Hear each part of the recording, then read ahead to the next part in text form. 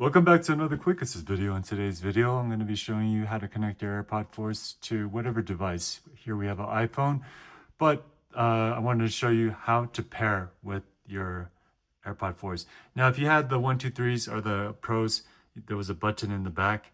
It no longer exists on this AirPod 4. So first, it should automatically connect as soon as you open.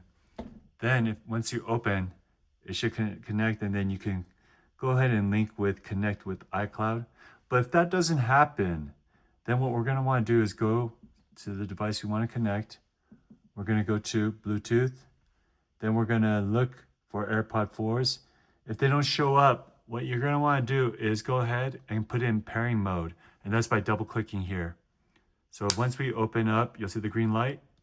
And then once you see this white light pop up, then this will automatically connect over here. It's already working, so then that's why you saw it pop up.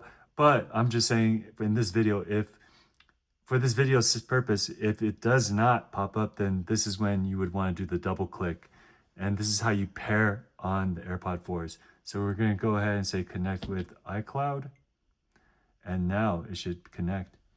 All right, so then it's going to give you some options: announce calls and notifications.